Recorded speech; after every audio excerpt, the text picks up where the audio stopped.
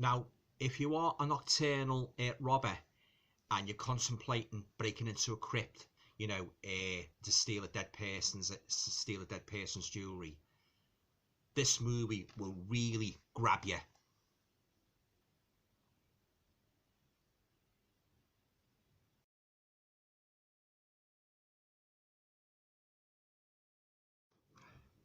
Hi guys, welcome to another video. Oh, that bloody sun's bright. Yeah. In this video, I'd just like to continue on, reviewing me series of Frankenstein Universal monster movies, and I'd like to review in this video. I would like to review 1943's classic horror, Frankenstein meets the Wolfman. Now, this is a fantastic movie, this, guys. Yeah, this is one of my all-time favourite horror movies, starring the late, great Lon Chaney Jr. as Lawrence Talbot and Bela Lugosi as the Frankenstein monster. Yeah, I've watched this movie countless times over the years, and I never failed to derive much pleasure from it. Yeah. This is more of, to be quite honest, this is more of a Wolfman movie because it centres mostly around Lawrence Talbot.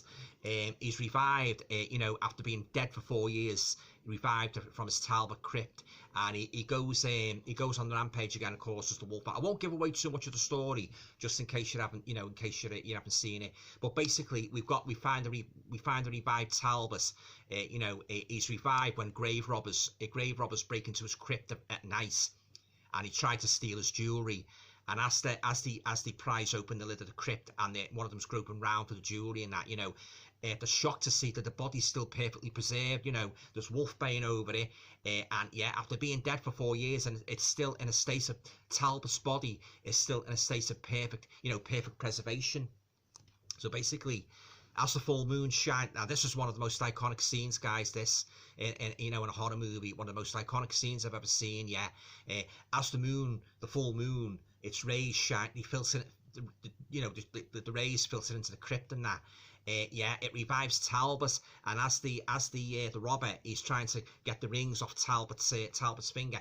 Talbot comes alive and he grabs his wrist and that. Oh, guys, yeah, this is one of the best openings to a monster movie I've ever seen. Yeah, and the what's the name? The robber, he's terrified, he's shaking like that, and the Wolfman's got hold of his hand, and his mate, he's sort of like, he gets all frightened, and he scarpers from the crypt and that.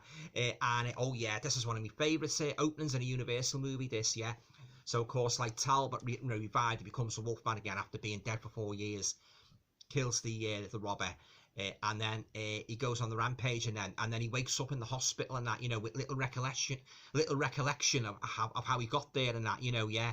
And you've got the doctor there and that, played by Patrick Knowles, and he sort of like questions Talbot and that, yeah. He said, you were found in the street more dead than alive with a head injury. And then of course, like, that was a consequence of in the Wolfman. His father battered him to death with the silver-headed wood stick. That's why he's got the head injury. So of course, Talbot, it gradually dawns on him, that he's got this curse on him and that, and of course, like, the doctor thinks it's all in his mind.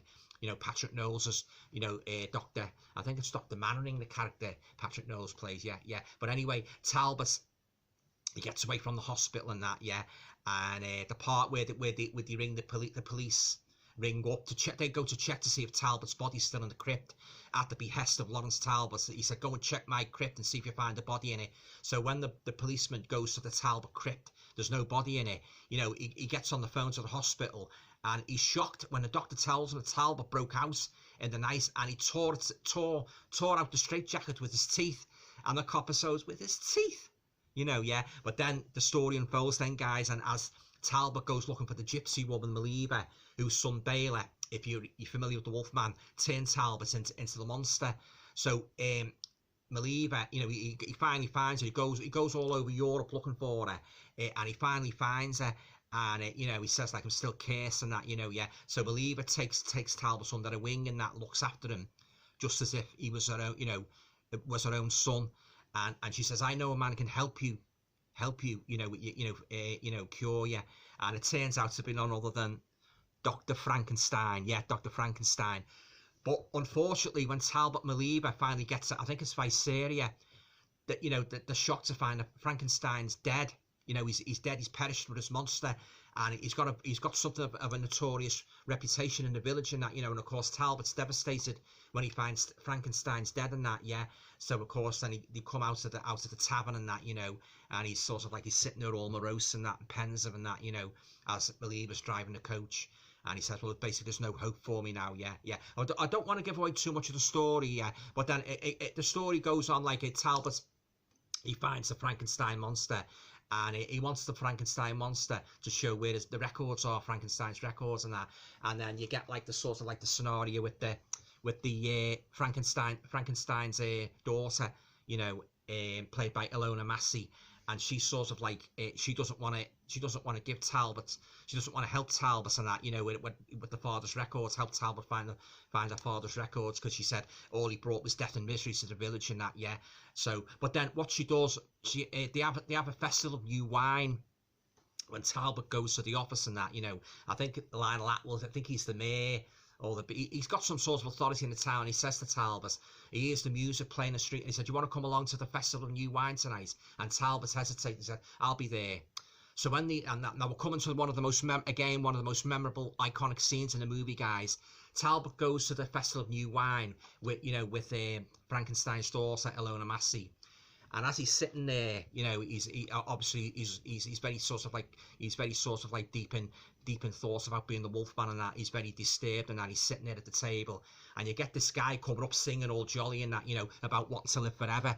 Or when, of course, when he gets to Talbot's table and he says, "And may he live eternally," Talbot, the look on his face, he basically goes off his head, and he grabs him and says, "I don't want to live eternally." Now this all stems from the fact that he's got this Wolfman's curse on him, and this sort of like puts sort of like, if you like, adds fuel to the fire. This guy wanting to live eternally, when Talbot, all he wants to do is to die, to free himself of the curse. Oh, it's one of the most iconic scenes, guys, in the movie. Yeah, Lon Chaney Jr., he's really on the money in this, as always. I've said many times in the past, yeah. Oh, yeah.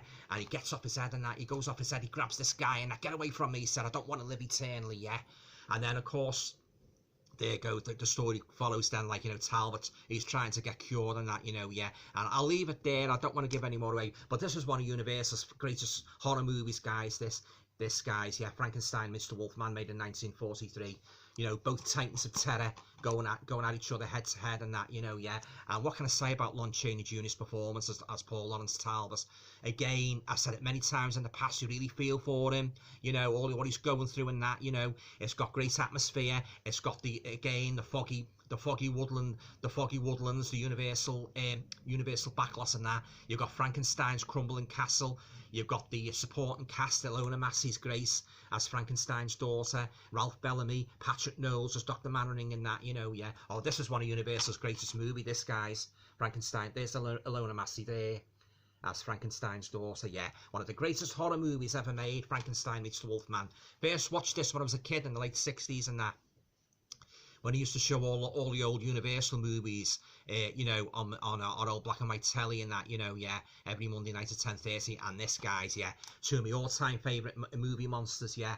Yeah, Bela Lugosi, he plays, like, if you've seen The Ghost of Frankenstein, you remember that Igor got his brain transplanted into the monster, so it kind of worked out sort of like worked out sort of like, I suppose you could say, ideal, really, because with Bela Lugosi taking Igor off in the previous movie and he's got his brain, he brings some of a little bit of Igor's sort of like persona to it, but not all that much, really, because he's supposed to be blind and that, you know, and he's basically just stumbling around and that, you know, in the ruins of Frankenstein's castle, yeah. But oh yeah, this is more of a Lawrence Talbot movie, guys. You know, the Wolfman. It's more of a Wolfman 2. I class this, yeah.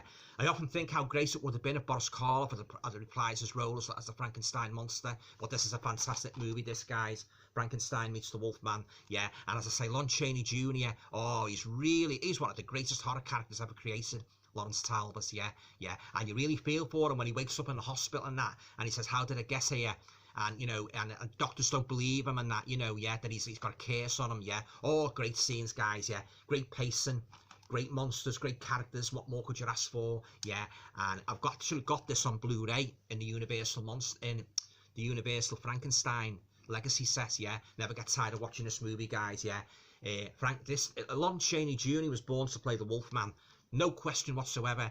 He was the best Wolfman ever. He really was, yeah. And the makeup, It's fantastic. And this one, you get to see the full facial transformation. Unlike in the Wolfman, you'd only really seen his face, and when he got killed in the end by Sir John, his face slowly metamorphosed back into the human countenance of Talbot. But in this one, you see him in the hospital bed, and you actually see his face changing. Oh yeah, fantastic, guys! It really is. This, yeah. I think this is one of the greatest horror movies ever made. You know, and as I say, it's a great addition to the Universal canon. You know, of monster bashers and that. Of course, Talbot would go on to appear in he would reappear in the House of Frankenstein.